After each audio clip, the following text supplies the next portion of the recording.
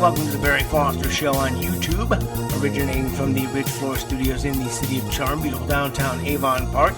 Now, if you have any thoughts, ideas, or suggestions for our program, topics you'd like us to discuss, or people you'd like us to interview, you can either put it in the comments below or drop us a line at thebarryfostershow@gmail.com. And remember, check out the YouTube page here daily, Monday through Friday, as we try to put up a brand new program each and every weekday morning. Like, subscribe, and share our YouTube page, please. And join our pages at The Barry Foster Show on Facebook and Instagram. That would be very helpful as well. In the studios, Tom Macklin. How are you doing, my friend? I'm doing well. Well, we had quite a long meeting Monday night, and it was jam-packed, full of stuff. And it started off right at the very beginning because we got into the FDOT's jurisdictional transfer of the roadway from roughly Cornell up Memorial Drive, then all the way down to Main Street to Highway 27, which would give City of Avon Park control over that, but also would result in quite a bit of money. And in exchange, they would take from the county the truck route, roughly there from where you turn there at the church, go up the truck route all the way and make the arc up into Highway 27. So in this instance, the county makes out like bandits on that. Yeah, they will if the city council decides to see this through, which it sounds like we'll find out on the next regular meeting of the city council, which is coming up, I believe, on the 26th. Well, anybody who watches the meeting knows that you again served as the memory for the council, because a lot of them don't remember how that worked, and started back in 2023 for this all was to happen. And I was really surprised that Maria Sutherland came up and said she always thought it was going to be a transfer. I was a newsman. I never knew it was going to be a transfer.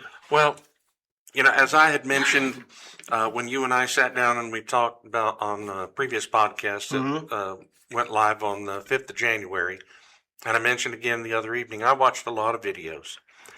But Maria said something in that meeting that was very interesting, and not only did it cause me to wonder, as it caused a couple other people to think back a little bit as well. And so what I'm about to say, you and I have not discussed. Okay. Maria Sutherland made the comment in the meeting that, well, I remember Dr. Kelly and I discussing this when I was running for city council back in January of 2025. Well, that's problematic. It immediately caused me to think, because when she was running for city council, that election was held in November of 24. Mm-hmm. So either she misspoke, not remembering the proper time frame as far as January of 25, or she and Dr. Kelly had some kind of conversation that it would have had to have been in October, shortly after Dr. Kelly came to work for the city at the end of September. So I started looking and trying to figure out how that could possibly work.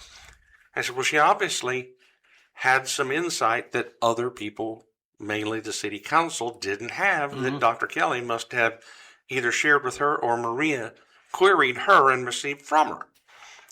And as it works out, and to give credit where credit is due, I was told yesterday that members of the Scoop, the Avon Park Scoop, went back and they found a video that I had missed. Thought I had watched them all, but this was in the middle of August of 2024 when Chrissy Hardman, the clerk, was interim. And she made about a 36-second comment towards the end of the meeting during the city manager update that said she and Jason Atkinson, the FDOT, and representatives from the county had a meeting, and that the FDOT had offered the city to perhaps take over Main Street. Said it's very preliminary at this point. There'll be more information to come forward in the future. There's no action for you to take, and that was it. And so the follow-up to that was there was a town hall. I believe it might have been held by the Highlands News Sun in October, late October, October 27th-ish or somewhere in that range, where Maria and I guess Brittany McGuire were asked a question about the transfer of Main Street to the city of Avon Park. And Maria at that time said, I'm opposed to it.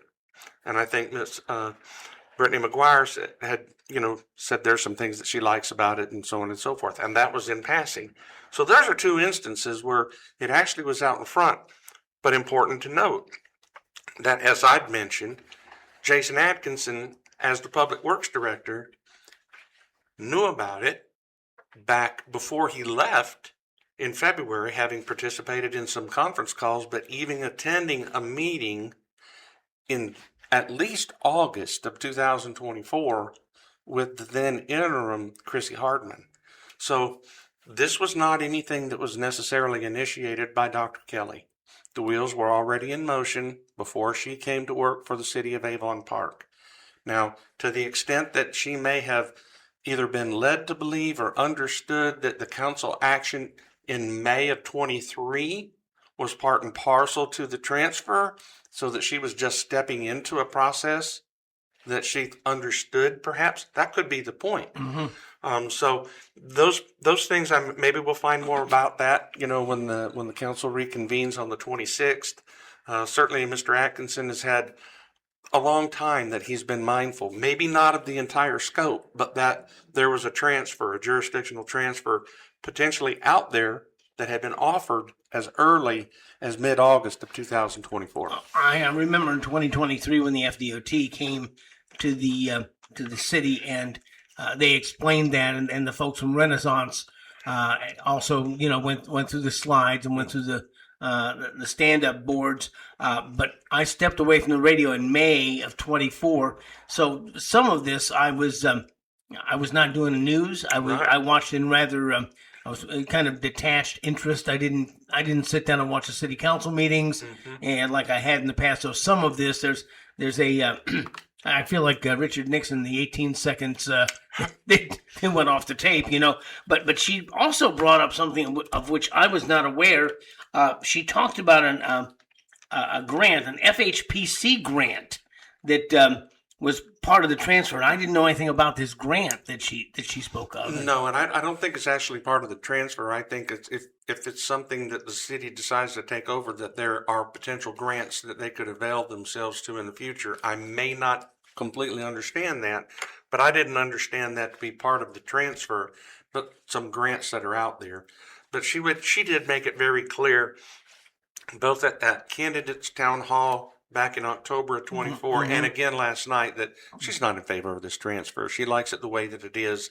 And quite frankly, while I didn't go down that path at the council meeting on Monday night, I'm not in favor of it either. Well, you and I have, I can remember a lot of the work that was done by the FDOT on this highway.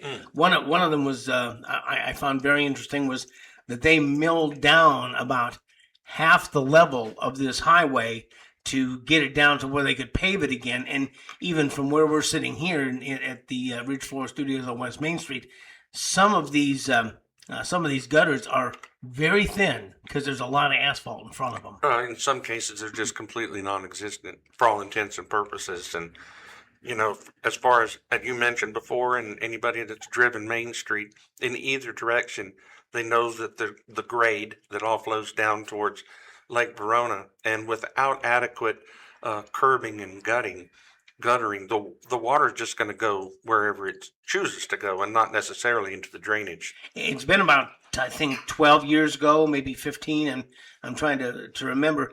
But I remember being down and watching the FDEP down there with a steam shovel, scooping out Lake Verona, and some of the long-term residents were there and shaking their heads, saying, what's happening to our city? But this was part and parcel of the runoff problem that comes down the hill and into the water.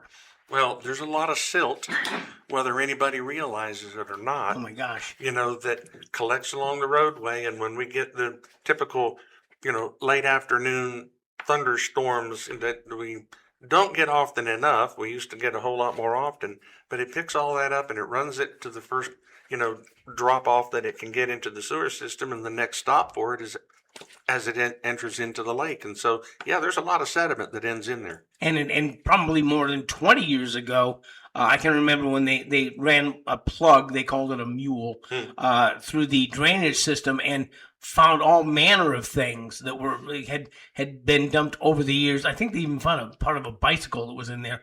They found all kind of stuff that had been in there for many years. Well, the how do I want to say that? The culverts that run into the lake run all over the place.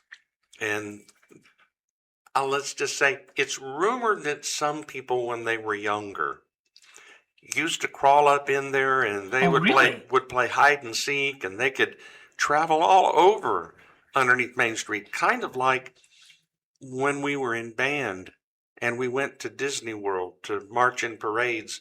The city underneath the Magic Kingdom is much more impressive than what's above the ground. Did you get down there? Yeah, there's a number of people that have been. So, yeah, there's no telling how many people may actually be living in there. And I can tell you that there are cats that live in there, because if you go out, there's a group called the Main Street Cats, and they emerge from different gutters at different times of the day, and they prowl around there, and all manner of time.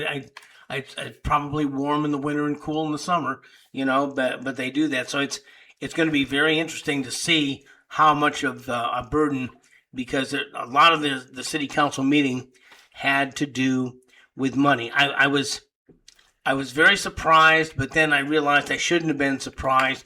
One thing, they had Jeff Schmucker from the Central Florida Regional Planning Council come in and do this text amendment that will allow as many as 40 units per acre to be putting up housing in the city of Avon Park. And I could not in my life believe that they would want that kind of high density housing here. But then he said something that just resonated with me. He says, otherwise, you will be out of compliance with Senate Bill 180. And we, late last year, began to talk about Senate Bill 180, which just allows developers to do pretty much anything they want. And it was designed so that cities, if there had been an inclement weather event that came through, they couldn't tighten up and not allow developers to come back with as many units as they had before. In fact, they would be allowed to come back with many more units than they had before. And so I realized that what I thought was a bad decision on the city council's part really is something that they could rather have the SB 180 gun to their head for this. Well, and I think it's probably a good move. Just as you mentioned, on the surface, that sounds, are you kidding me? Yes. But in retrospect, and this goes back over the many number of years that the Central Florida Regional Planning Council has partnered with the city of Avon Park, I don't think I feel that they've ever led them astray. They have the ability to have their finger on the pulse of the legislation that goes on up in Tallahassee, either as it's going through committees and are getting ready to be brought to the floor for votes. They're in a better position than the municipality is to track that stuff and the implications of, if you don't take care of it now, it's going to be a lot worse for you after. So, it sounds terrible, but I'm like you on that one. It was something that they needed to do. They couldn't, I hate double negatives, but they couldn't not do it. Couldn't not. But I will tell you that you and I may not share the same opinion of the Central Florida Regional Planning Council. I look at them the way that people look at traffic studies. I have very, very, very seldom ever seen a traffic study that says, oh, you should make the speed limit much lower on this highway. It's always, they want to keep the highest amount of traffic moving at the quickest rate they can. So generally, when there's a traffic study, they want to increase the speed limit.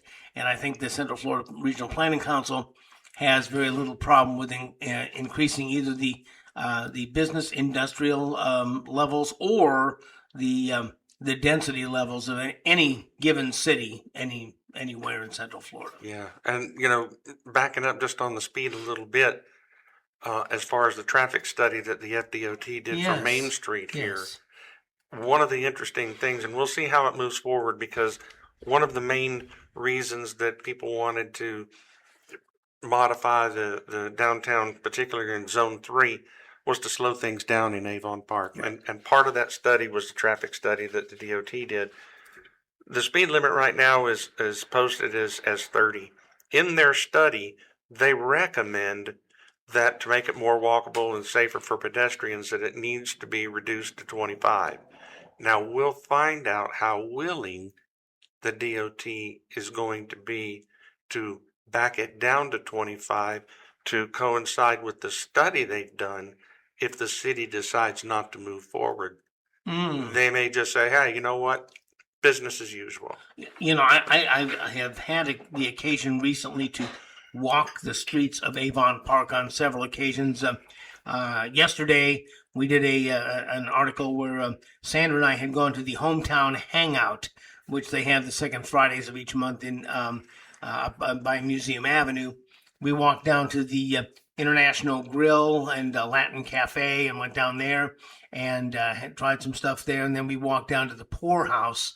And the problem that we had was not traffic so much, but it was the amount of lighting that we were talking at this Main Street kind of a ersatz board meeting, saying that one thing I'd like to see the CRA spend some money on is having maybe more lights outside the businesses at night to light because the lights they have now, the lampposts are on them all. They don't illuminate the sidewalks.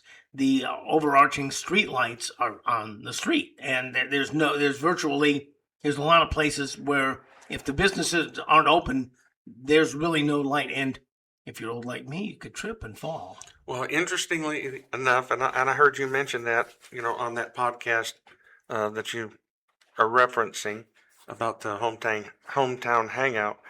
But this evening, as I came down Main Street, I noticed in the block there that the old Napa store and Red's Auto Options is in, that at least from Red's Auto Options west to the corner, that either the city or the business owner, the person that bought that business there, the old Napa store, has put strung lights in the crepe myrtle bushes along there, and it's very well lit this evening. So I don't know on whose initiative that was done, but it really made a big difference, and that was a very dark section there, at least on the north side of the mall. No, because it seems like Avon Park is coming alive at night, even on the weeknights.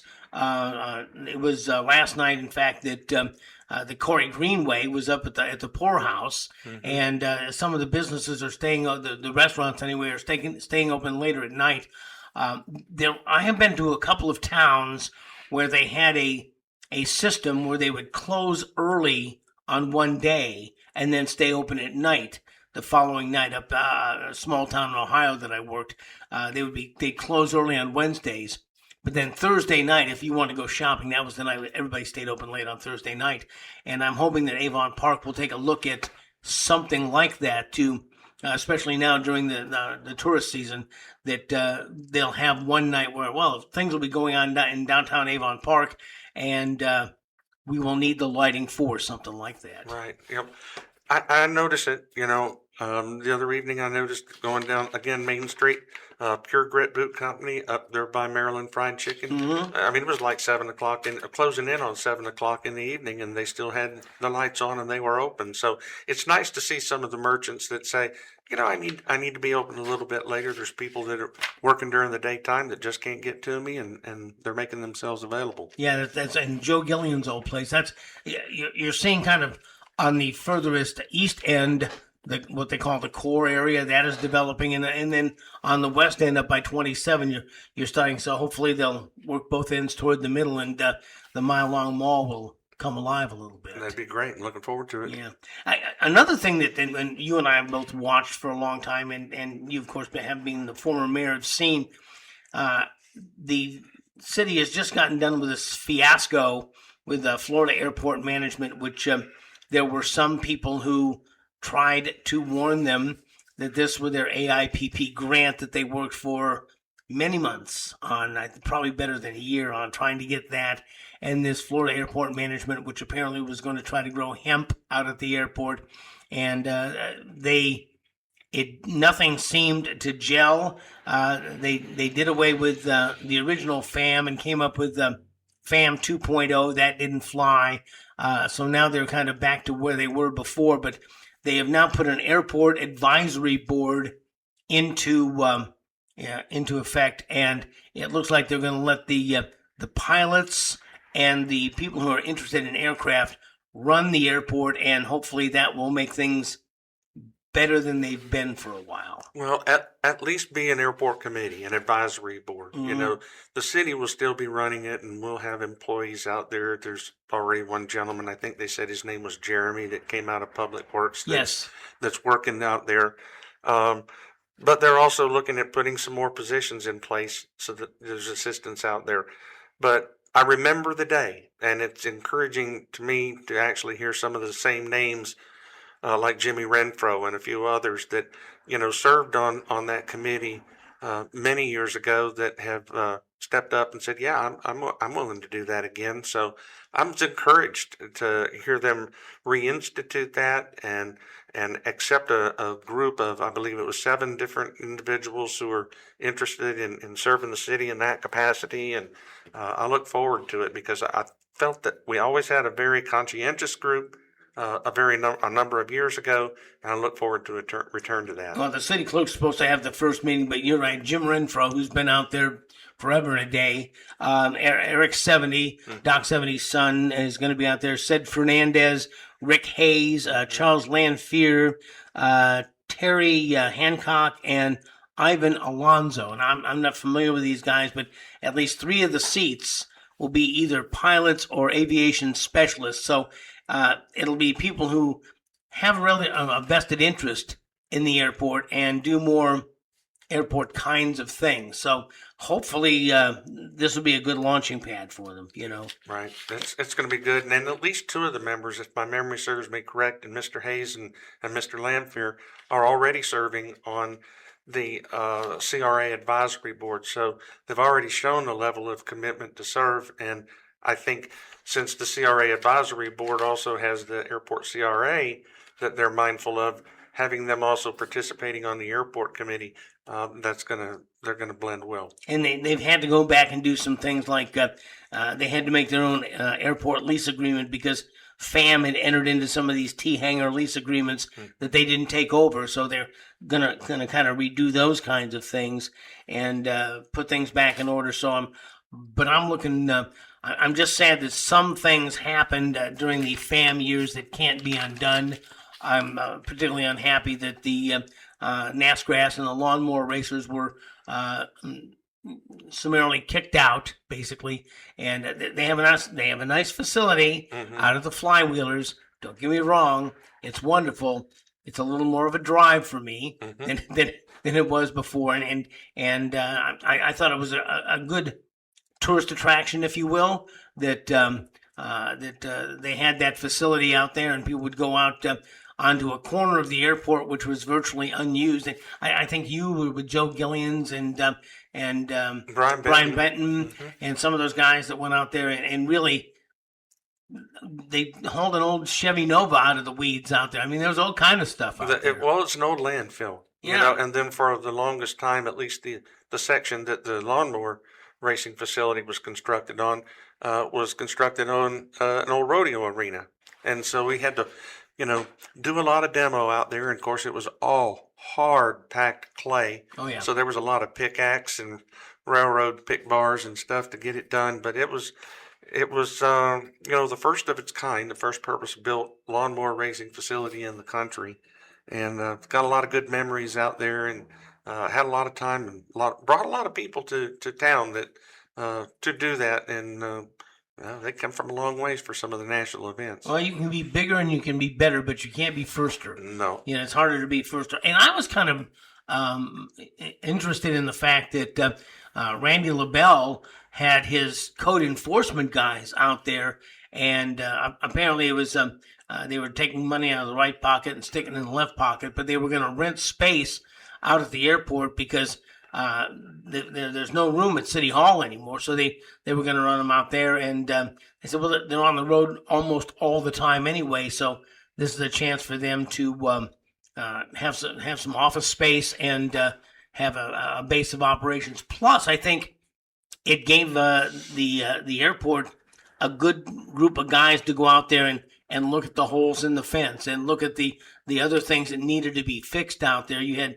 city workers out there that could spend some time, quality time, getting the airport back in shape. Well, it's going to reestablish more than just a passive presence out there. There'll be an active presence.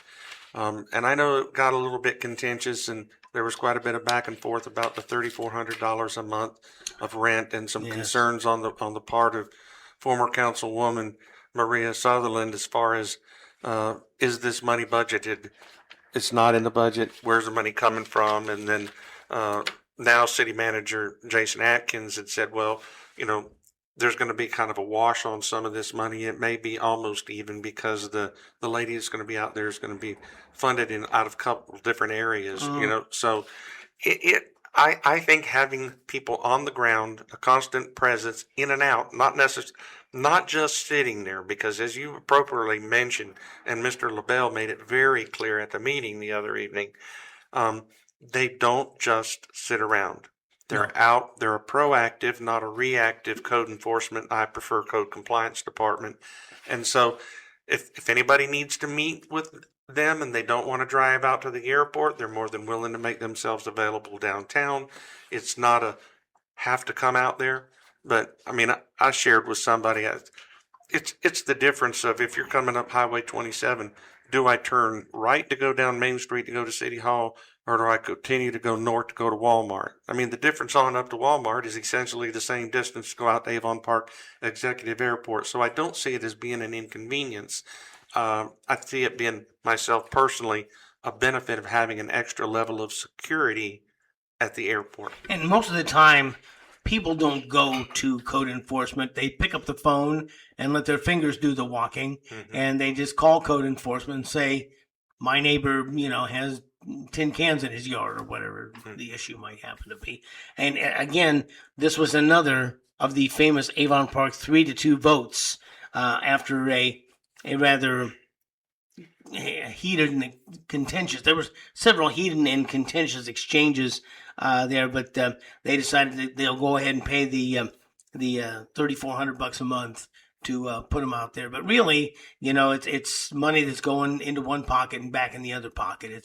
It's more of a paper transfer. Well, and as the city manager mentioned, that space that they're, for all intents and purposes, vacating, there are other personnel that he says we need to hire that need that space. So it's really not a situation where they're vacating and it won't be used.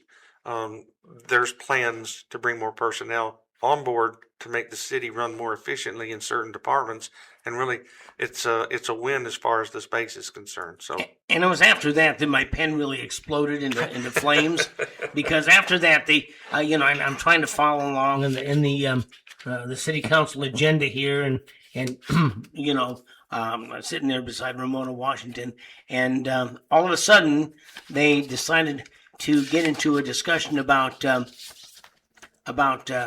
hiring a law firm to once again investigate the Brickell Building. It was to look into on this side legal services, civil litigation, request for qualifications, or what they call RFQ, right? To again look into this purchase of the Brickell Building, and they had two firms,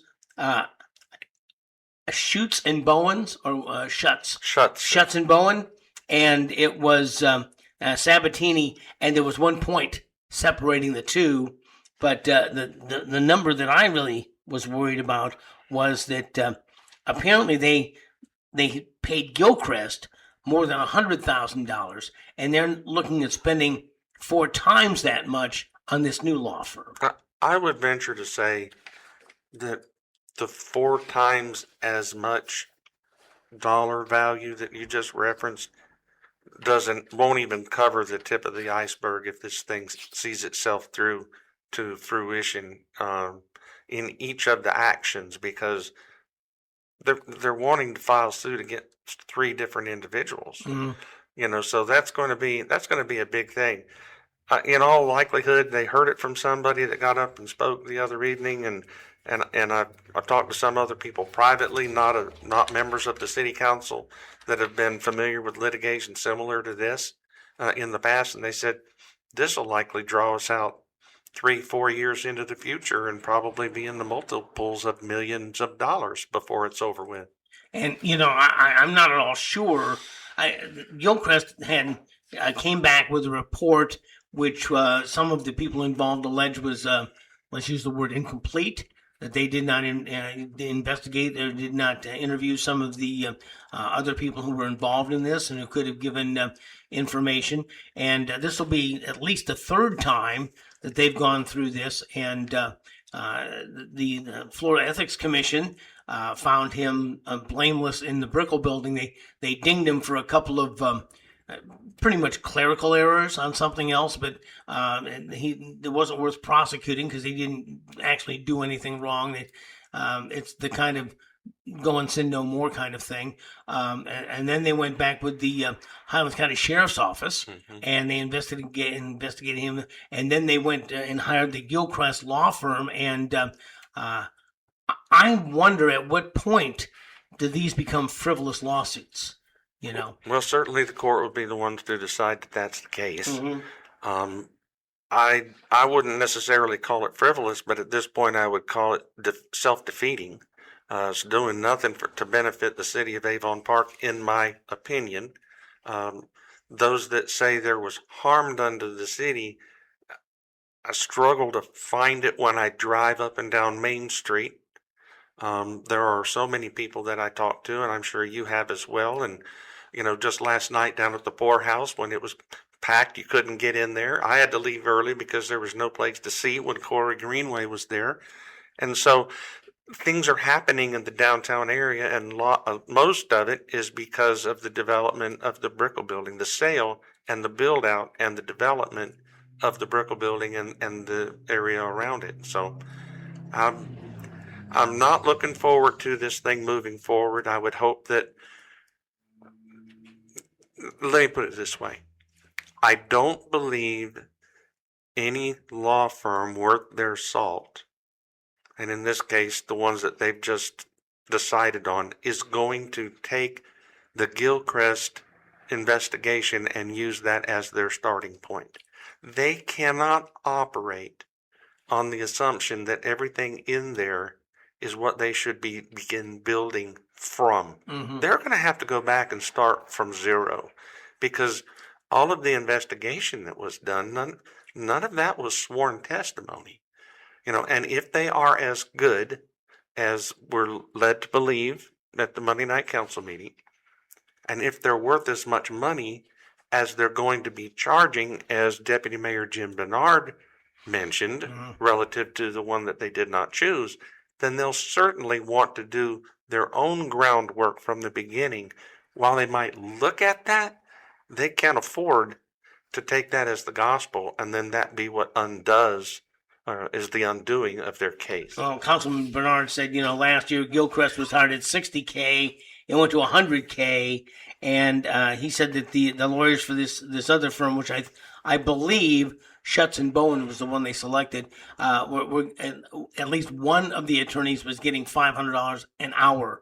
So it's gonna the cash register, the meter is gonna be running pretty hard. But the thing that I find very difficult to unearth is the public outrage. Now, I went to the meeting and I knew it was packed, and I didn't know why it was there, and there was not a lot of. Usually, when there's a group like that, there's some shouting from the audience, or there's some there's some mumbling and grumbling going on in the background. You sat in the back of the room, I sat in the front of the room, but I really didn't hear too much of this, and I couldn't figure out whether this crowd was there. And not many people got up and spoke. Not many people said, yes, we want you to do this, or no, don't do this. I think for the most part, a lot of the citizens of Avon Park are unaware, and it will not be until they go, well, we can't get programs done because we've this young man came up from Fort Myers, Alex Dean, and he kind of reminded me of a more animated Preston Colby, who was seemed to be very aware of the of litigation and how the courts work, and he pointed at then interim city manager Jason Atkinson. And he said, look, you're not going to have money to spend on anything because you're going to be spending all your money on this. And he made an allegation which I have not been able to substantiate. I was watching the meeting at the community center when Commissioner or Council Member McCure said, I don't care how much it cost. And she said it was taken out of context. And I watched it. It didn't seem like it was taken out of context to me. This gentleman, Alex Dean, alleged it had been said 5 times over 2 meetings, and I haven't seen the other 4 times. So. Well, that is what he said. That's what he said. And I have heard from other people that it had been said at multiple meetings. I have seen it. As far as creating a stroke sheet, counting them, as they came off on a paper. I haven't done that. No. Saying one time, it might be taken out of context. When you start repeating the same thing, if that's what's happened, then it's taken in context. And the other thing is that I don't think they understand that when this begins, the other side, if you will, the side of Brittany McGuire and Mayor Anderson, they have discovery. So anything that they uncover, the other side gets to know. And I anticipate a very ugly trial in the court of public opinion long before they hit a courtroom. Right, and the same action. It'll also Daniel Sauls is involved in the same thing. Yeah, that discovery process is going to be what is probably going to be the most undoing. I think for some of the people that didn't realize that it was going to be that far-reaching. They can ask for anything, as Mr. Dean mentioned. Interesting here late enough. I know you're a big motorsports fan and you don't follow NASCAR as closely as I do, but one only has to look to the NASCAR lawsuit. Michael Jordan and Denny Hamlin with the 2311 and the Front Row Motorsports lawsuit against NASCAR as far as their charter system. I mention only that because the discovery process was terrible for NASCAR. All of a sudden, texts, emails, phone logs, some of the texts that were sent, from who's now a former employee of NASCAR calling legendary car owner Richard Childress an idiot, a redneck, he should be taken out behind a barn and flogged, so on and so forth. I mean, that shook the NASCAR nation to the core. None of that would have ever seen the light of day if it hadn't have been for discovery. And those are the types of things that once they start down that path here in this procedure, it's going to be the same kind of stuff, because it won't just be city-owned cell phones, as was mentioned. It'll be your private phone. It'll be your laptop, not just anything issued by the city, and it goes on and on and on. And one of the things that one of the citizens came up and he challenged them to say, look, if you're going to do this, you need to put this out to referendum to see if this is something the citizens want or not. Because as you and I both know, there are lawsuits that at some point they say it's going to cost us more to fight the suit than it is for what we get in the end. That happens a lot of times in small claims court. You're fighting over a $50 lawnmower, and you're getting north of $200-300 for the lawsuit. You say it's just not worth it. Mm-hmm. And so the citizens, he was imploring the council to put this out to a bit. Now, he can only talk to 3 members of the council, because 2 of them were named in the suit, Brittany McGuire and Garrett Anderson, so they couldn't vote, and they really couldn't even say anything as part of the discussion. So they were really talking to Bernice Taylor, Shelley McCure, and Jim Barnard. Okay, and urging them to put it out to a referendum. I didn't see much interest in that. Very little interest in that. And of course, there were some other people that got up and spoke. One of them said, look, we got a referendum coming up in November. There's going to be a municipal election. Now, that one will only impact the mayor and the deputy mayor. Brittany McGuire, she's going to be in for a few more years because the terms are on different cycles. But that being said, wait until after the election, then see what happens.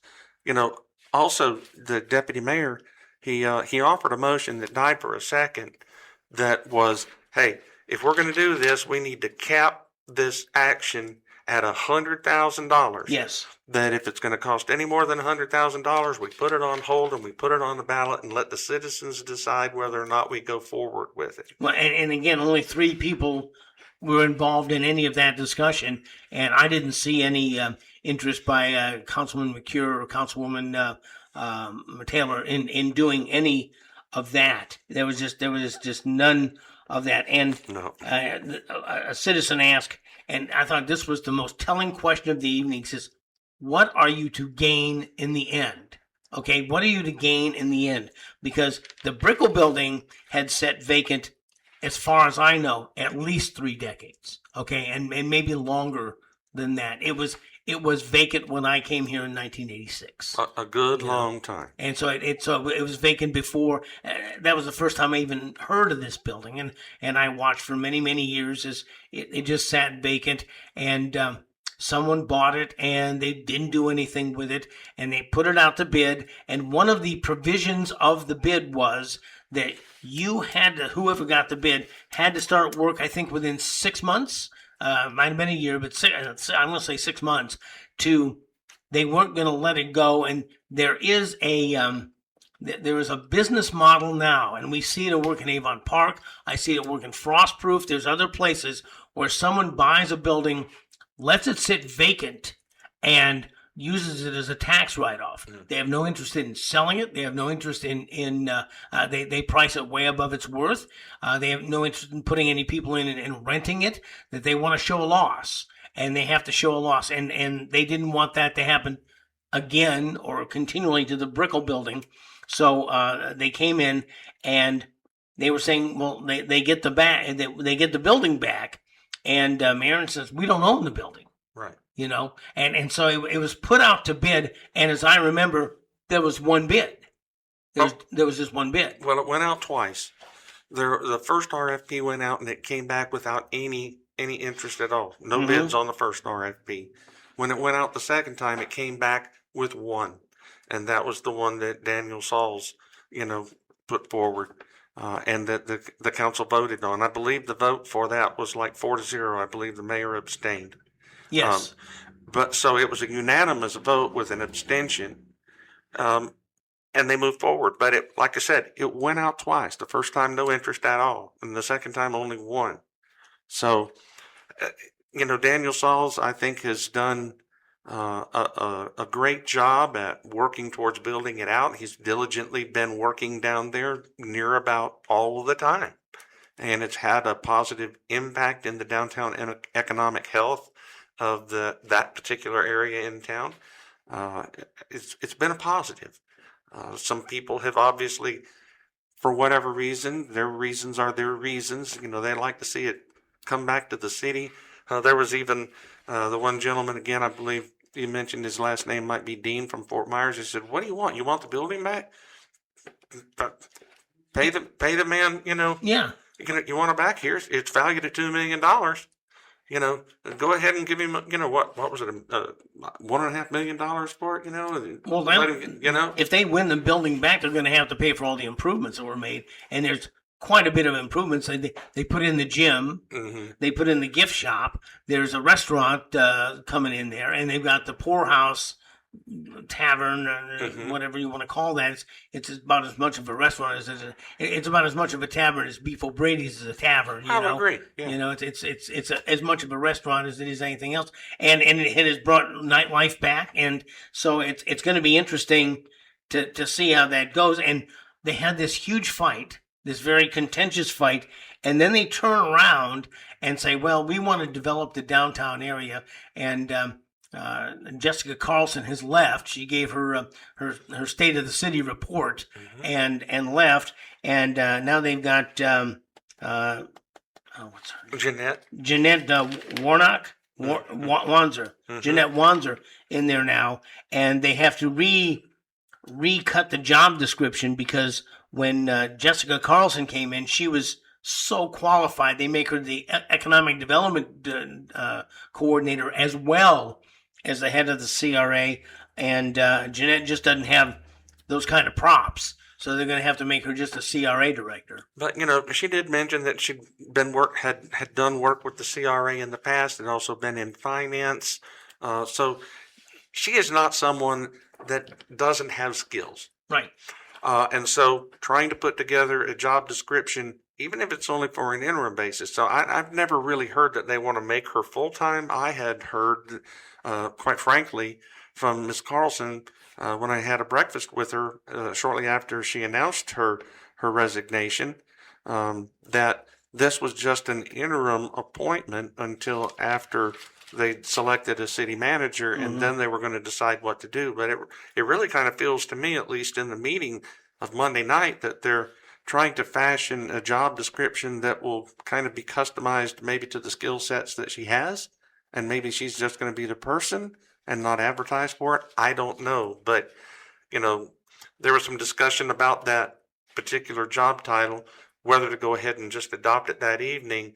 And I got up and spoke and I said, this impacts the community redevelopment agency in the area. And you've got a very good, dedicated, and knowledgeable group of people that serve on the advisory board. Before you carve this thing in stone, I think you owe them the respect of running this job description back past them as an advisory board to see if this is something that works for them. Maybe they have some input. They'd like to see it changed, tweaked a little bit. So I think they have decided to do that. And they moved the decision to the next council meeting. So. Yeah, since they've already had a CRA advisory board meeting in January, they're going to go ahead and call a special meeting ahead of the council meeting on the 26th. So they'll meet like at 5 o'clock or 5:30 or whatever time they get everybody scheduled. And then they'll be able, as the city council, to act on that with their recommendation on the 26th. Well, speaking of you, the first program that we did together was speaking about the continuity of service under a city manager, and they more or less took care of that at the last meeting. They put in somebody to, I guess, be the city manager in case if there's an emergency or some extended absence, and have somebody who can step in and be the city manager until they get their ducks in a row. Yeah, they came up with a job description, qualifications, I guess, if you will, for the person that is already employed by the city to be the assistant city manager. That's what they're calling it. And as we discussed, back then, assistant city manager, acting city manager, interim city manager, as long as it's somebody from inside the city, those titles are all kind of interchangeable. Yes. But they were adopting the ordinance. And when it's an ordinance, they got to have the first reading, a public hearing, and a second reading. So that's not one and done, or it shouldn't be as an ordinance, since they decided to go that way with it. But they did identify the qualifications for someone from within the company there of the city to be able to fill that role. And so I expect that that'll come back on the 26th for a public hearing and the second and final reading, and then the continuity of office provision, as was modified in 2019, will have finally been taken care of. Well, Gerald Buer, the city attorney, drafted this, and I found a certain amount of humor in the fact that under the draft resolution, it required 4 votes to remove the interim city manager, and they asked him why, and he says, well, the council's kind of famous for these 3-2 votes. And I was sitting there, and the insides of my cheeks were a little raw, from biting them because I didn't want to laugh out loud.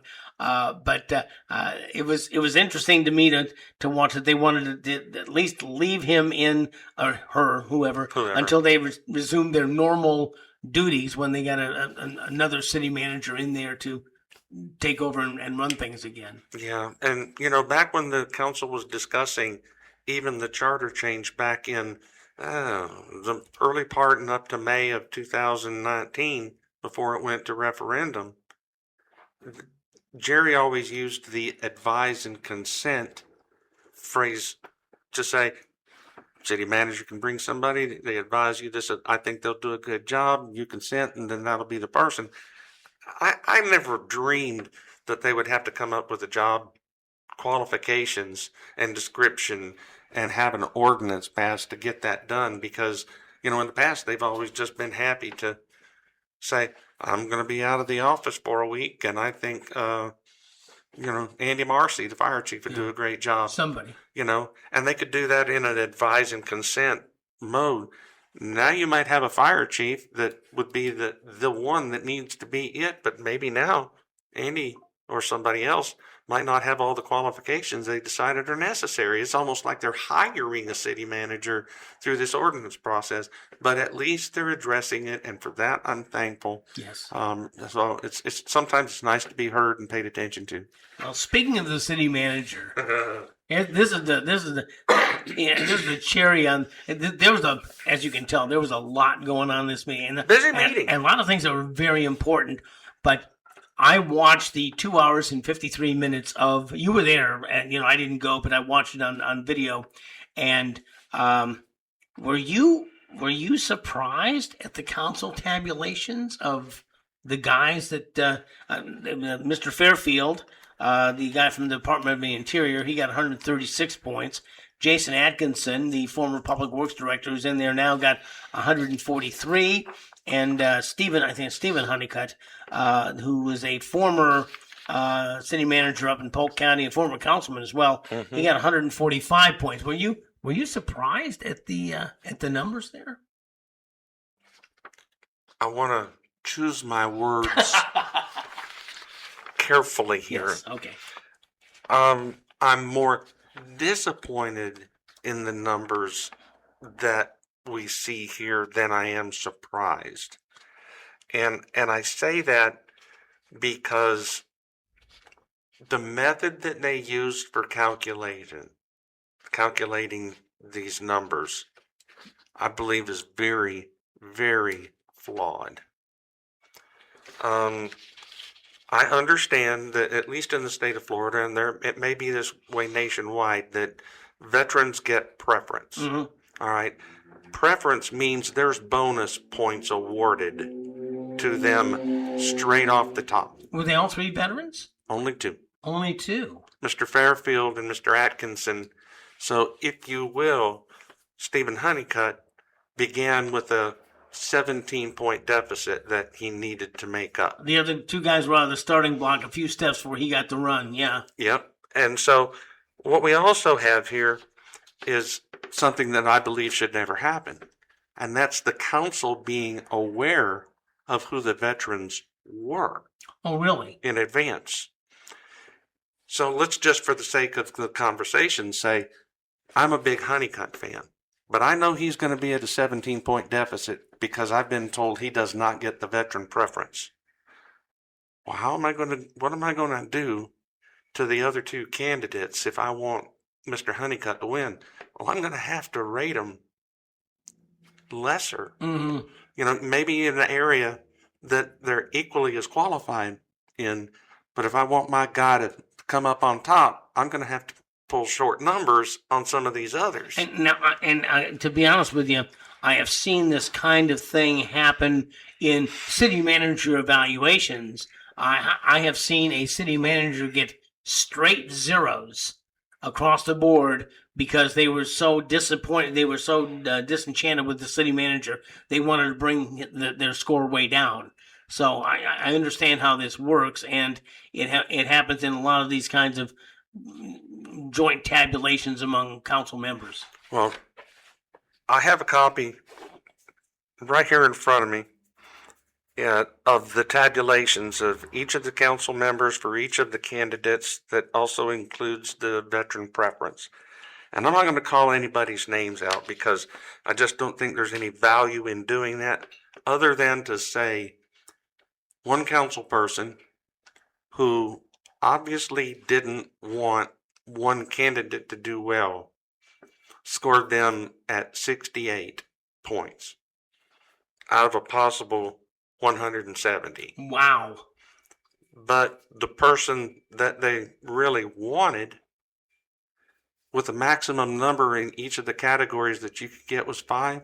They got straight 5s on every single category, and they got 170 points. So now, and what you're looking at is public record. If somebody if somebody wants to go look that up, they can find out those numbers if they want. Right. And so when I say, and I'm not criticizing the individual, because I understand they knew who they wanted. Mm-hmm. All right. Now, do I think it's necessarily fair to the candidates to skew the numbers so greatly? Because I don't believe these numbers are all really indicative, having sat through. But that being said, I think the most fair way to calculate these types of circumstances is what they call trimmed scoring. Now, if you've ever watched the Olympics, if you've ever watched anything where you might have 5 judges, they'll all hold a card up. They throw out the high, they throw out the low, and they take the middle, Yeah. and they average those out for their statistical average. I think the fair way to do these types of rankings is to do exactly that. Throw out the low, throw out the high, average those 3, and then once those are submitted, when they go back to human resources, and quite frankly, you don't get to take this stuff home over the weekend to look at it. You should be turning those things in before you leave the building that day. They didn't. They got them over the weekend. So some may or may not have even got assistance in what do you think I should do on this one by other people. Should be done in the room.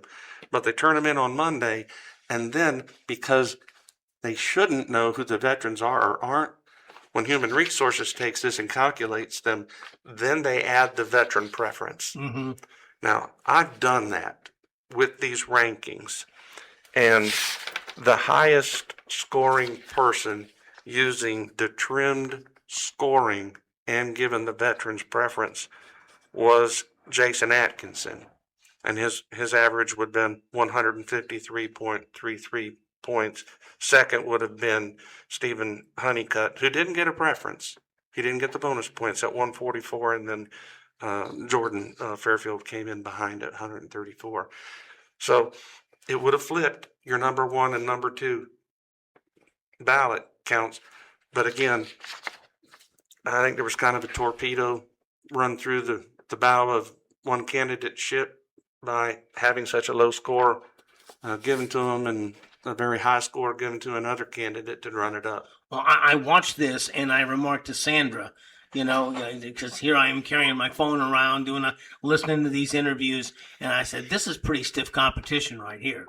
I mean, every one of them would have done a great job. These guys were really sharp, and I don't care that Mr. Fairfield was a national guy. He worked in Washington.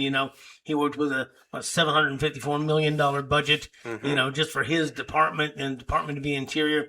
He was a sharp guy. Mr. Honeycutt had sat on both sides of the dais there. Mm. He was a sharp guy. But in the end, the tabulations didn't do too much good because they took the number 2 guy over the number 1 and the number 3 guy. I careful, Tom. What he's going to say here, what Tom is going to say here is... What is Tom going to say here? It may not come off right, but I'm just going to tell it the way I do. It's the truth according to me. This is my opinion. Had the charter revision that was approved in 2019 been implemented the way that it was supposed to have been at that time, we would have had an interim city manager, an acting city manager in place when Dr. Kelly left her employment. Mm-hmm. The city would not have had to throw somebody in at the last minute to fill that gap. Now, David Flowers had offered to serve in that capacity. But there were people in the room that night and several members of the city council that wouldn't have it. Well, I got to tell you that I thought the way they treated him was unconscionable. That's just and that's Barry saying that. I understand. And so, because of that, Jason Atkinson ended up being given the interim position. And they didn't even like that very much. They didn't even like that very much. But I'm going to tell you what it resulted in was him having the incumbent's advantage going into the interviews. And for all intents and purposes, 6 to 7 weeks to audition for this job. Mm-hmm. An opportunity that the other two did not get.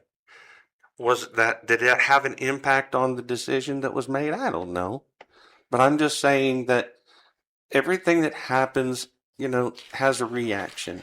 And I sent Mr. Atkinson a text message the other day congratulating him, letting him know that I wish him the best, most of success, that if there's any time that he thinks it would be beneficial for him or the city for me to sit down with him, that I would be thrilled to do that. I'm not against anybody, but I'm for Avon Park. And I hope everybody gives him the same chance that Stephen Honeycutt asked everyone to give him at close of the meeting. I was going to mention that because Mr. Honeycutt said, whether you pick me or whether you pick Mr. Atkinson or whatever, I hope that everyone will get behind it. And I have seen selections by commissions, councils, boards, where it was not unanimous. And after the decision was made, the chair, the president, whoever's running the meeting, called for another vote to have a vote of unity, that everyone would get behind him. And there was not any, as my sainted father would say, there was no stomach for that. No, about as unified as you're going to see this council. 3-2 It's going to be a 3-2. That's about as unified as they're going to get. I've only seen them unified when they all wanted one thing to happen, and even though they didn't like each other, they wanted this one thing, so they all voted together. But it's usually it's a motion to adjourn. Yeah. That right there has high entertainment value. But and it was very tough. That was very contentious, and everyone knows that being the city manager of Avon Park is a lot like being one of Hezekiah's children. Okay, there's a short shelf life. There's only been one really long-term city manager who should write the book on how to do it. C.B. Shirey was in there longer than all of his predecessors combined. Yes. And so I think that I wish Mr. Atkinson the best, but I think he's going to have to push a rope uphill on that. He's definitely going to be pushing a rope. But I will tell you, I have been, and as have others, very impressed with the way that he's been able to maintain a good decorum in the chambers, a positive mindset under heavy attack. So he's done a wonderful job at that. I hope that he can continue to conduct himself in that way, and that people will give him an opportunity to do a good job for Avon Park. I hope that he can, and that they will, and that we can get past this. I don't even want to call it a rough patch. It's more like a pothole in the road. Oh my! But we need to, as a community, get past this, and get behind Jason as he works to try to make things better. You were there for the better part of the meeting, and did you read the crowd? Did you figure out what they were? There were some people who I knew what they were there for, because they're always there for, and they have the same demeanor while they're there. About half of the board of the Main Street, Avon Park Main Street program was there. I think that they'd gotten word that they might have to defend themselves. but there was a lot of people. Like, I didn't know who they were. They were there. There was not much catcalling from the audience. Did you get a read on what you think? Were they just there to see the show? Or? Well, there were a few there that I know in truth were there to hear the presentation and were curious. The one that I gave on the FDOT jurisdictional transfer, I think they were there thinking that the city might take action on that evening. That it looks like is scheduled to be maybe the 26th or maybe the first meeting in February, depending on the information that the city manager is able to get between now and then. Some I know were there that were very curious about the litigation, hiring the attorney. In addition to very interested to see how the city manager selection went down. So there were a number of issues on this agenda that I believe drew people to the chambers for one reason or the other, and that maybe they were interested in more than one. Maybe they just decided to stay and see. But you're right. As far as rooms go, with the exception of one exchange between the mayor and the speaker where he had to pull the gavel out, the room was a good room. Mm-hmm. I've seen a lot worse, so I was really proud of the people. I know that there were some that were very upset when they left the room that night. But that being said, I think everyone conducted themselves in a very good way while they were inside chambers. Well, other than the CRA, which is going to come up at the next meeting, the CRA director, do you think that the jurisdictional transfer will come up to live or die? Or? Well, I don't know if it's going to be live or die, but it's definitely going to be with more information as far as costs are concerned. As was discussed in the meeting on Monday night, Mr. Atkinson, I think, is continuing to work with the Florida Department of Transportation to find out what long-term costs would be for the city from a maintenance perspective. But I am hearing from more and more people in the community that, that's not what we bargained for. No. And I have the sense that when it's all said and done, it will probably be, you guys just go ahead and do your road project and finish it up the way that it is right now, and it's the benefit long term for us just isn't there. We'll have to see what happens next. So, but Tom, thank you so much for going through this, because there were a lot of cherries in this jar. A lot of stuff too, and I was going to go through it, and I said, "You want to sit in with me?" He goes, "Yeah, sure."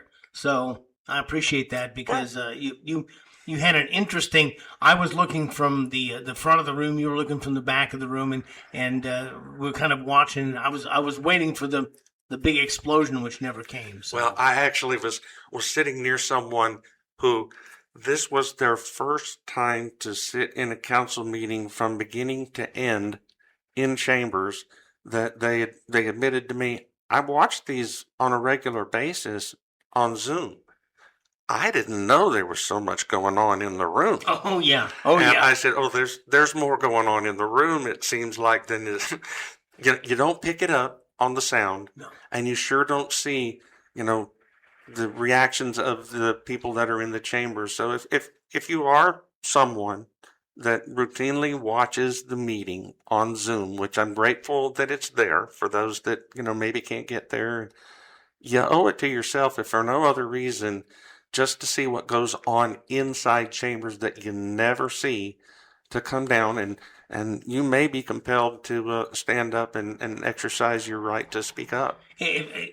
For all intents and purposes, it's two different meetings. In fact, yeah. I talked to a young man who was a news director, and he was talking about, watching on I'll call it TV. It's on the internet, but watching the video portion of it, or going to the meeting. And I said it's the difference between going to a football game and watching it on TV.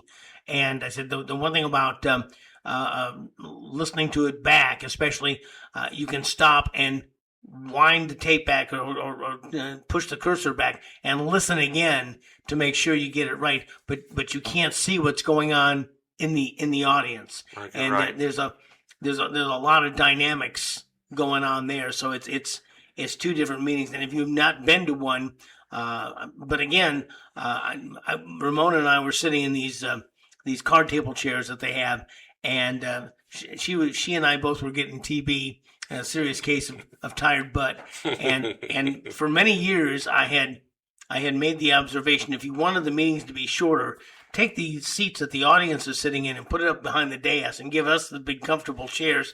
And I whined for long enough so at the end of my tenure on the radio, I actually had a big comfortable chair to sit in, or as I referred to as an oversized seat for my oversized seat. and so it was interesting, but it's going to be an interesting series of meetings coming up, because we'll see how the airport develops. We'll see how the Community Redevelopment Agency, because there's a new CRA person, there's a new Chamber of Commerce person. This Main Street program is just pretty fledgling, just getting underway.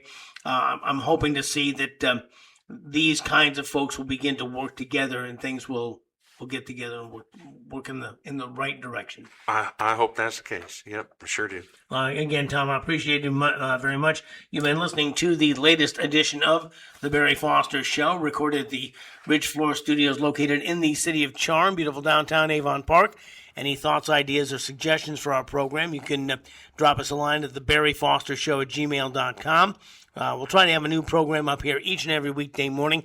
And remember, guys, Valentine's Day is coming up, and if you need flowers, Ridge Florist is the place to go. And get them to her early. Make sure she gets her flowers at work. All the other guys look like zeros. You'll look like a hero. And early flowers cost a lot less than, oh, I'm sorry, I missed Valentine's Day flowers.